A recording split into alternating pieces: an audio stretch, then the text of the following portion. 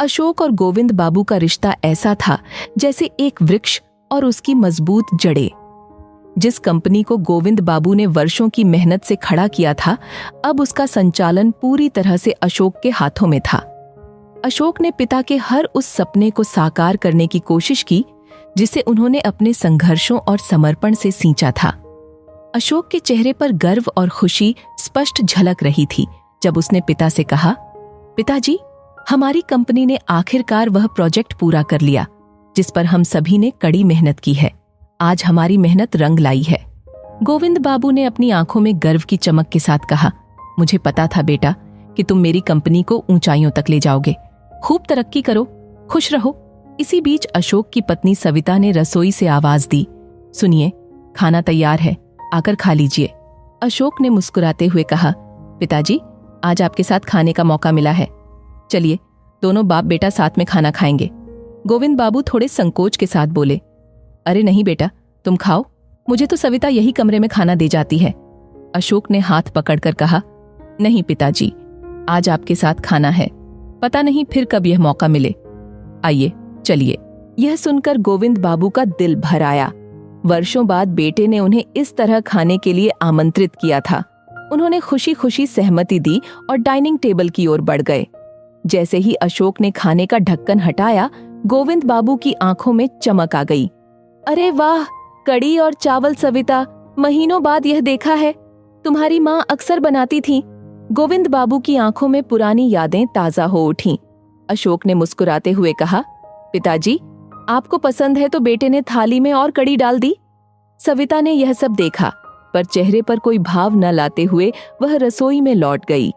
अशोक ने सविता की इस प्रतिक्रिया को देखकर कुछ नहीं कहा, लेकिन उसके मन में हल्की सी चुभन महसूस हुई। वह अपने पिता की ओर देखने लगा, जो बड़े चाव से कड़ी चावल खा रहे थे। गोविंद बाबू के चेहरे पर सुकून देखकर अशोक को आत्मिक संतोष मिला। उसने भी खाने का निवाला लिया, लेकिन मन में बेचैनी बढ़ गई थी। उसे लग रहा था कि कहीं कुछ तो ऐसा है जो पिताजी को खुशी से जीने से रोक रहा है। खाना खत्म करने के बाद अशोक चुपचाप अपने कमरे में चला गया, जहां सविता पहले से ही मौजूद थी। उसने अशोक की बेचैनी भांप ली और गुस्से में बोली, क्या हुआ? क्यों मुझे बार बार ताने देते हो?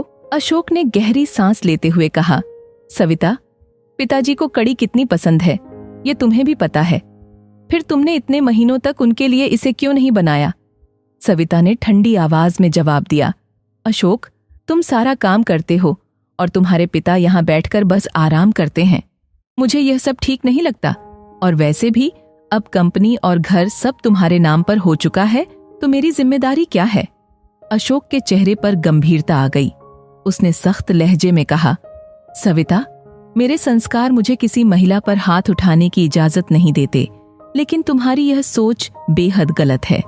तुम समझ नहीं रही कि बुजुर्गों का सम्मान हमारे जीवन का आधार है। मुझे इस बारे में कुछ कदम उठाना ही होगा।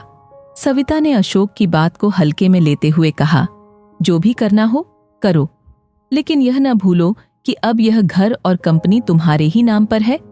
अशोक ने कोई जवाब नहीं दिया। उसने कपड़े बदले और बाहर निकल गया।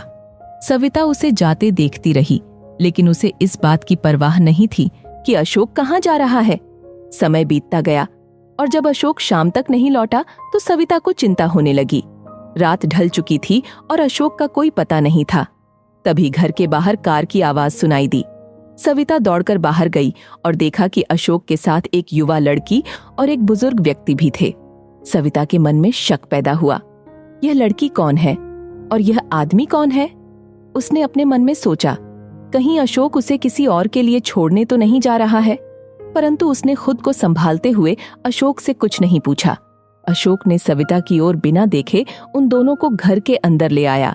उसने गोविंद बाबू को आवाज दी, पिताजी, देखिए मैं आपके लिए क्या लेकर आया हूँ। गोविंद बाबू ने उसे देखते हुए पूछा, अशोक, तुम कहाँ थे? सविता बहुत परेशान हो रही थी। अशोक ने मुस्कुराते हुए कहा, पिताजी, मैं आपके लिए एक नया सहारा लेकर आया हूँ। यह सीमा है, हमारे पुराने माली काका की बेटी। मैं इसे अपनी बहन मानता हूँ। और यह वकील साहब हैं, जो आपके सामने कुछ दस्तावेज लाए हैं। अशोक ने एक गंभीर लहजे में कहा, पिताजी, घर में आपकी पसंद की चीजें रोज बनती हैं, लेकिन सविता ने कभी आपके लिए नहीं बनाई। उसे लगता है कि अब सब कुछ मेरे नाम हो गया है, तो आपका ध्यान रखने की जिम्मेदारी उसकी नहीं रही। इसलिए मैंने सोचा कि अब आपकी देखभाल के लिए सीमा को यहाँ रख दूं। वह आपकी सेवा में कोई कमी नहीं छोड़ेगी। सविता ने क्रोधित स्वर में कहा। और मैं? मेरे होते हुए इस घर में किसी और को क्यों लाए? अशोक ने सख्त लहजे में जवाब दिया। सविता, तुम अब इस घर की अधिकारिणी नहीं हो। मैं तुम्हें सामने के क्वार्टर में शिफ्ट कर रहा हूँ। सीमा अब पिताजी के साथ इस घर में रहेगी और उनकी देखभाल करेगी। सविता का चेहरा गुस्से और दर्द से तमतमा गया।